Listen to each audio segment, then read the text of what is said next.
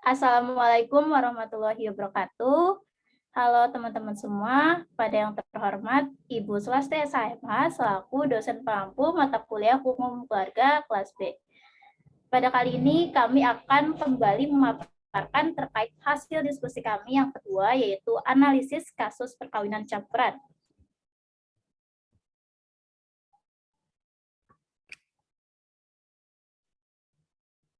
Dengan kelompok kami yaitu kelompok 5 yang beranggotakan Ahmad Rosyad Ilyasya dengan NIM 067, Nur Aska dengan NIM 060, dan saya sendiri Irma Bidasari dengan NIM 050.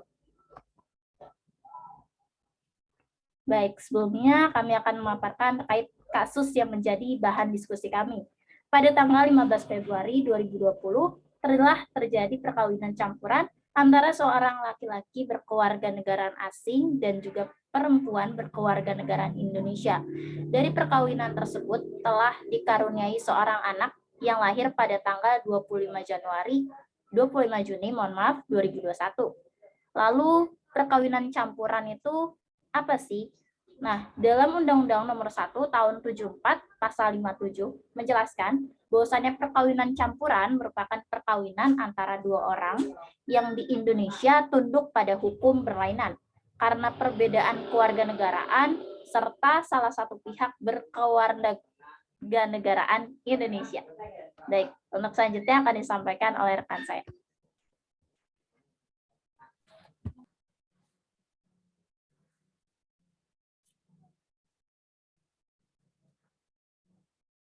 Kemudian adalah analisis kita tentang bagaimana keabsahan perkawinan campuran tersebut.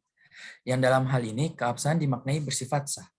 Secara umum, perkawinan dikatakan sah bila dilakukan berdasarkan hukum masing-masing agamanya dan kepercayaannya itu diatur pada pasal 2 ayat 1 UU Perkawinan nomor 1 tahun 1974. Kedua, dicatat berdasar pada peraturan perundangan yang berlaku yang diatur pada pasal 2 ayat 2 UU Perkawinan nomor 1 tahun 1974. Namun, putusan MK nomor 46 PUU 8/2010 menyampaikan pencatatan perkawinan hanya sebagai pembuktian telah terjadi perkawinan berdasarkan undang-undang. Dalam kasus tersebut, dilangsungkannya perkawinan campuran antara seorang WNA laki-laki dan WNI perempuan pada 15 Februari 2020 dapat dikatakan sah asalkan jika perkawinannya dilangsungkan di luar Indonesia, dapat sah asalkan dilakukan menurut hukum yang berlaku di negara itu, dan perempuan WNI tersebut harus tidak melanggar ketentuan UU ini. Diatur dalam pasal 56 ayat 1 UU Perkawinan nomor 1 tahun 1974. Sesudah 1 tahun masa perkawinan dan mereka kembali ke Indonesia, wajib mendaftarkan surat bukti perkawinan mereka ke kantor pencatatan perkawinan yang berada di area tempat tinggal mereka. Dengan kata lain, pada kantor catatan sipil. Di samping itu, sejak kedatangan istri WNI ke Indonesia, paling lambat 14 hari harus dilaporkan kepada instansi pelaksana. Diatur pada pasal 56 ayat 2 UU Perkawinan nomor 1 tahun 1974 dan pasal 19 ayat 1 UU RI nomor 23 tahun 2006 tentang administrasi kependudukan. Selanjutnya akan dilanjutkan oleh rekan saya.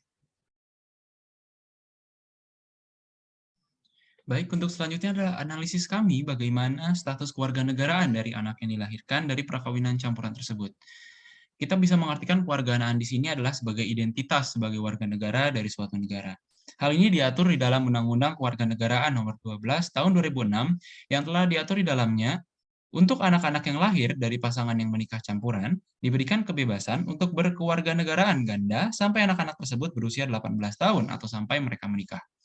Setelah berusia 18 tahun atau sudah menikah, anak-anak tersebut harus memilih kewarganegaraannya, apakah mengikuti ayahnya atau menjadi WNI.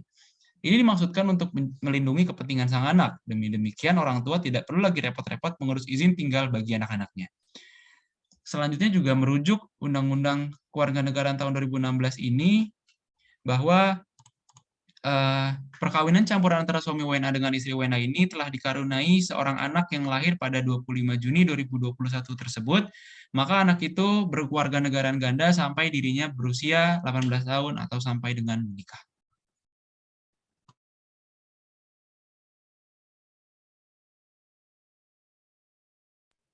Baik, kurang lebih seperti itu pemaparan dari hasil diskusi kami. Untuk teman-teman yang mungkin ada saran, boleh banget tinggalin di kolom komentar.